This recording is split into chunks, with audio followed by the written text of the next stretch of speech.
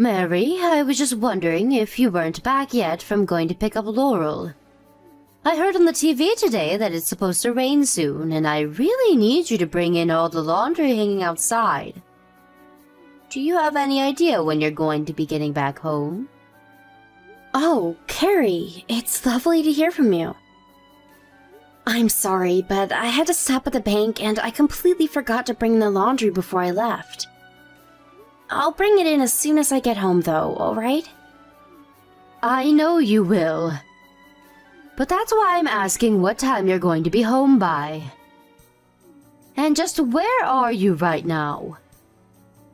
I'm actually just picking up Laurel from her preschool right now. Then we have to stop by the grocery store to pick up something for dinner. So, if I had to guess, it would probably be about another hour and a half or so. You're not going to be here until 3:30? But it's practically going to be dark by then. You need to hurry up and get home as fast as you can, Mary. The laundry is not going to take care of itself. Right, yeah, sorry about that, Carrie. By the way, you're done with your period for the month, aren't you? Yes. It finished just the other day, if you really must know. Good, then you don't have any excuse to be lazing around the house anymore and complaining so much. Anyways, I guess that means that I can count on you giving me a second grandchild in the next year, yes? Carrie, we've talked about this before, remember? I'm going to be the one that will carry my second child, so please, just let me worry about the timing of when to get pregnant, okay? But Laurel is already 4 years old. You really do need to get on having a second child as soon as possible. Unless this is your way of trying to keep kicking the can down the line so that you don't give me a second grandchild. That's not what's going on at all. All I'm asking is for me to have time to worry about that when I'm ready for it, okay? It's not a matter of waiting until you feel like it. That could take forever. The second you even think that you might be ready for it, it's the time to dive in. I mean, you don't want a huge age gap between your kids, do you? How are they supposed to get along if they're at completely different stages of their youth? You really need to think more carefully about these things. And you really need to think about having a second child soon, since Laurel is just a girl. Sorry, what is the problem you have with Laurel being a girl, Carrie? You mean you really can't figure it out for yourself? What is my family supposed to do if the youngest heir is a girl? We need a boy to pass down my family name and take over all our affairs as everyone gets older.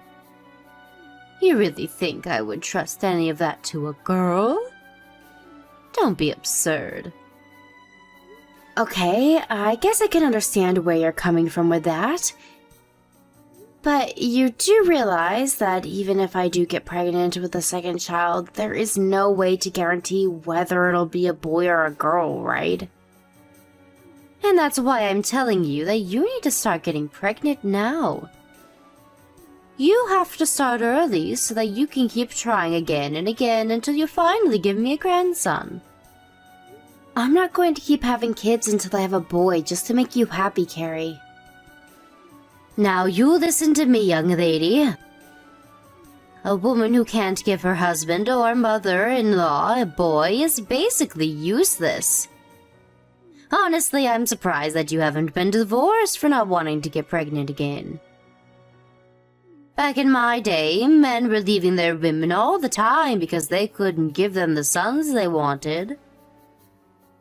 So I would appreciate it if you could swallow your pride and give your husband and his family what they want. Well, maybe that was how things went back then, but the times have changed a lot.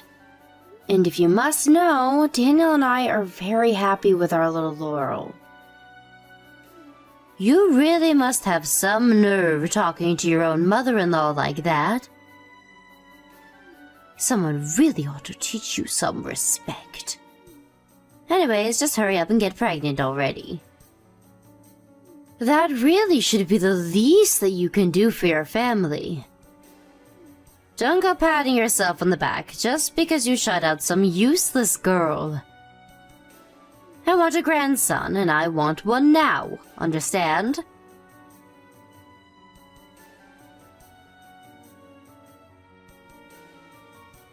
Hello, Carrie. I was just wondering where you are right now. I'm grabbing a little coffee by the City Met station, if you must know. Then after this, I was going to the movies to see something with a friend of mine. Right, but Laurel is crying a lot right now. And what makes you think that that's my problem, huh? Well, she's telling me that you were saying some horrible things to her and being mean. Did you say something to her while I was busy cleaning the house today? Oh, I don't know. I was so busy getting ready to start my day, I don't remember every little word I said to her. You mean that? You really have no idea if you might have said something to upset her. Of course not. Laurel is just a big crybaby. She would cry even if I looked at her funny. And you're being a bad mother by encouraging this kind of behavior. You really need to set your daughter straight and tell her to grow up. Carrie, I'm not sure what it was that you said to Laurel, but I'm asking you to please not do that again. And just what makes you think that I even did anything, huh? Because your little girl said I did? Does Laurel have any proof or any kind of evidence that she's telling the truth? How can you just take a child's word over mine? Because I really don't think that she's a crybaby who would burst into tears for no reason. And I think that you might have said something to her or been needlessly strict with her, and now she's acting like this. And even before this, I saw when you were playing with Laurel not that long ago. You took her toys from her and threw it across the yard. Oh, please. It was not like that at all.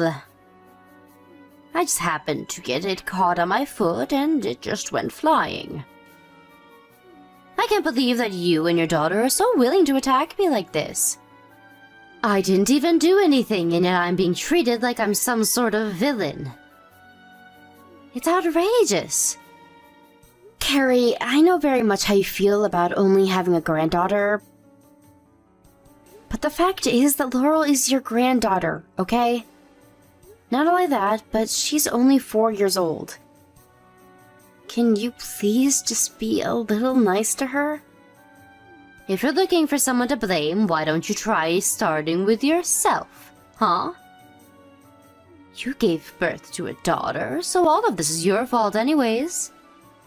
You've always been useless, and you always will be. I wish you would have given me a grandson and not a granddaughter. So you're telling me that the only reason you're treating Laurel this way is because she's a girl?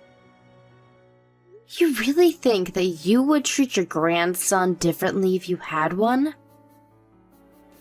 I'm sorry, but if that's really the case, I think we might have to rethink living with you. What did you just say? I can't believe that you would try and threaten me like that. What's the matter with you? I'm not making a threat, Carrie, but I am saying that I'll have to talk with my husband about how you've been treating our daughter. If you're refusing to even listen to what I have to ask of you in terms of Laurel, then that's on you. How dare you try and turn my own son against me? It's bad enough having to deal with you and Laurel. This is why I wish that you had a son. Men are so much easier to deal with than women. Can't you just hurry up and get pregnant so I can meet my grandson already? So you really just hate women in general? Even though you're a woman? And do you have some kind of problem with that? Just what is wrong with me wanting to have a grandson, huh? I just mean that I think you would really hurt Laurel's feelings if she knew that the reason you didn't like her was something out of her control. So I'll ask you again to please be nicer to my daughter, or I'll have to talk to Daniel about this. Mary, come now. When are you going to see that you're making a big mistake here? I mean, this is all your fault because you're the one who hasn't had a son yet. I understand that you're frustrated, but it's no reason to try and take it out on me. That is not why I'm frustrated. I'm frustrated because you literally said that you don't like your grandchild because she's a girl. I don't see how you having that issue is a problem for anyone else but you. Not only that, but Daniel and I are more than happy with our daughter, okay? You can tell that to yourself all you want, but I know the truth that you aren't really happy with her. Not only that, but as your mother-in-law, I know that you're being a bad wife right now. If you're not going to give our family a son who can carry on our name, then you're not doing the one job that you have, and I don't see any reason for you to stay in our family.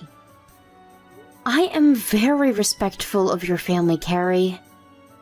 If it wasn't for all your family's ancestors before you, then I would have never met and married Daniel. But what you were asking for is different. You're asking for a boy to carry down your family name when our daughter can just keep her family name if she wants. I see that you really just don't get how this works, do you? Maybe I'm just wasting my time trying to get through to you. I think that on that, we can agree. I don't want to be fighting with you either, and especially not about something like this. So I know that it might be a lot to ask, but can you please just take mine and Laurel's feelings a bit more into consideration? I can do that, but it doesn't seem fair if you don't do the same for me. You're basically asking for me to just fold over and do whatever you say while you don't even care what I have to say in return. And now I'm starting to get mad again. And all because you're trying to make me the bad guy for wanting a grandson. I don't see why this is worth getting so upset about. If and when Daniel and I want a second kid, we will have one. If it's a son, then great, we'll be happy. If it's a daughter, we'll also be just as happy. I think it's unfair for you to try and impose your wants on our relationship, though. I am through with you.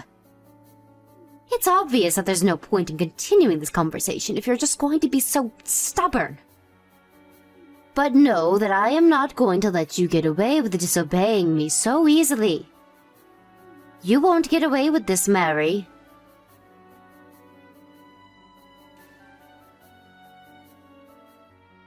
Hey there, Carrie. I was just wondering where you are right now. I'm at a friend's house, if you must know. I know that you're sick, which means that I knew I wouldn't be able to count on you for lunch. So I messaged a friend and asked if I could come over to their house and eat with them. I see. But do you know where Laurel is? I can't seem to find her anywhere. I was just wondering if you didn't take her to your friend's house while I was in bed sick. No, I didn't take her with me. What would even make you think that? In fact, now that you mention it, I think she just ran off all by herself. I guess she finally understood that nobody wanted her anymore and she left all on her own. What do you mean she left? Like she ran away from home or something? That's right, she just ran off. Hopefully never to come back. Carrie, what is the matter with you? This is a 4-year-old girl that we're talking about here. What if something happens to her? Don't tell me that you're really going to try and blame me for this too, are you? It's not my fault that your daughter chose to run off by herself. And you were the one in bed and not watching her. Can you please just tell me which way she went? Did she say if she was going anywhere? Just what makes you think that I would know any of that, Mary? Carrie, you tell me where my daughter is right this second. I am serious. If you were really worried, you wouldn't be wasting your time messaging me. Why don't you go to the police and report your missing daughter? I'm sure it would be faster and more productive than this. Although I don't really care whether or not you find her anyway.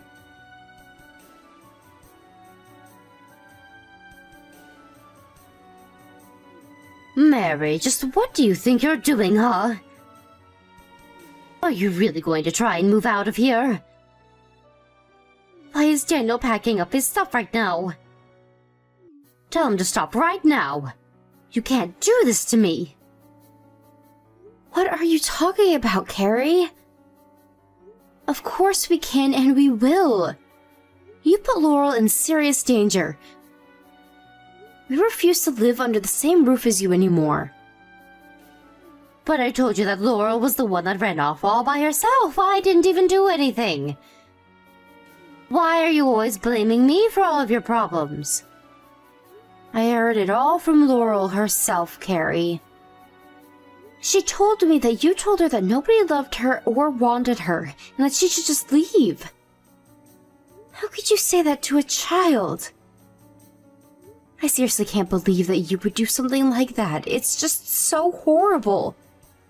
She told you I said that? Well, does she have any proof that I did? She doesn't need any kind of proof, because both of her parents believe her. You mean that you're really going to take the word of a 4-year-old over your own mother-in-law? Have you both lost your minds? Even if Laurel was lying about this, there is plenty of past incidents with you to back up what she's saying. And besides, you're still responsible for not even trying to stop her from running away.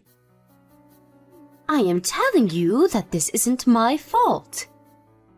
You can't just blame me like this. You're really going to pin this on me because your daughter snuck away? What about you? You really think that having a fever and staying in bed isn't just an excuse either? I accept responsibility for not keeping a better eye on her while I was sick. But I also know that Laurel isn't tall enough to unlock all the locks on the door to our house. Especially the chain at the very top, which had no reason to be undone. So all that means is that someone must have undone it for her before she left. And you're saying that's me? You can't just accuse people of something that you have no proof for. Besides, maybe I was already gone by the time she ran away. It isn't like you even asked me to look after her for you anyways. I don't see how this is anyone's fault but yours and Laurel's. So quit trying to put the blame on me because I'm sick of it. Oh, trust me, the feeling is mutual. And what is that supposed to mean? It means that I am sick of you and I never want you near my family again. Even Daniel says that he doesn't want to see you anymore. So consider this our way of cutting you out of our lives forever. Fine, be that way. See if I care. I don't need you or Laurel in my life. You realize this includes Daniel, don't you? That's why he's packing up his things too? But he told me that he's just going to be living somewhere else. Although now that I think about it, he's ignored me ever since he told me that and went upstairs to start packing. He texted me and said that he just doesn't have the strength to respond to you after what you did. That's why he's not talking to you right now. Tell me, Mary, is this fun for you? Tearing apart families like this when you don't even have any proof of what you're talking about? If you really think that's what's going on here, then there's no point in having this conversation.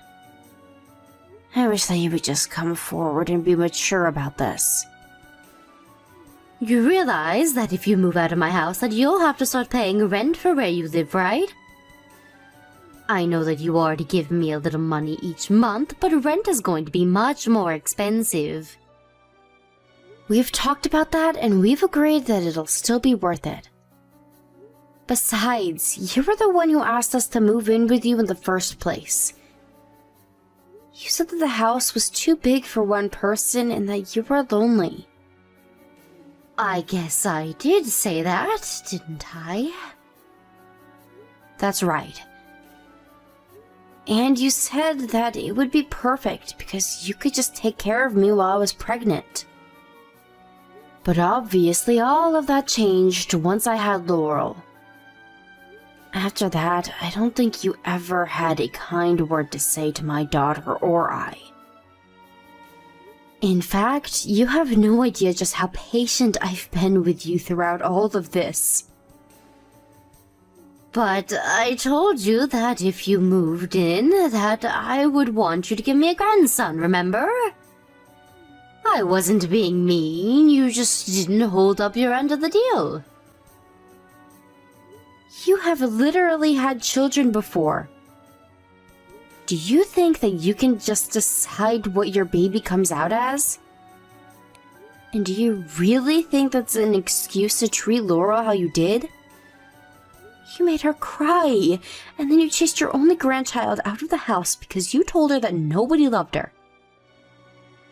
If you think that there is any way to come back from that, you are just delusional. Please, can't we just calm down and talk about this? I mean, she was safe in the end, right? Don't you dare tell me to calm down after what you did to my daughter. What if she was in an accident, or got kidnapped, or got hurt somehow? Except for the fact that she did get hurt by you. Okay, geez, I can apologize to her if that'll settle this whole thing between us. Then we can just put this all behind us, right? Is that what you want? You really think that this is all just going to go away? I don't want you anywhere near my daughter ever again. But she's my granddaughter. You can't just keep her away from me like that. Actually, I can and I will.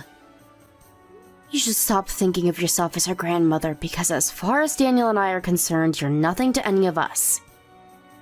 But I said that I'll apologize. Shouldn't that be enough?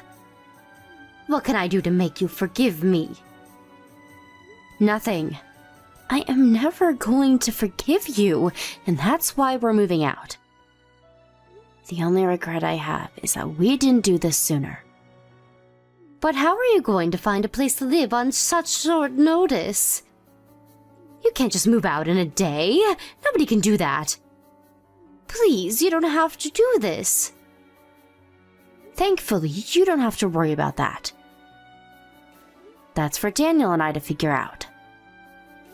I don't see any reason why I need to explain anything more to you. I'm so sorry. I didn't want things to go this way. It's way too late to try and apologize for what you've done now. Surely there must be something I can do to set this right, though, right? No, you've already done enough, thank you very much. If you really want to do good by us and by Laurel, you can leave us alone and never talk to us again.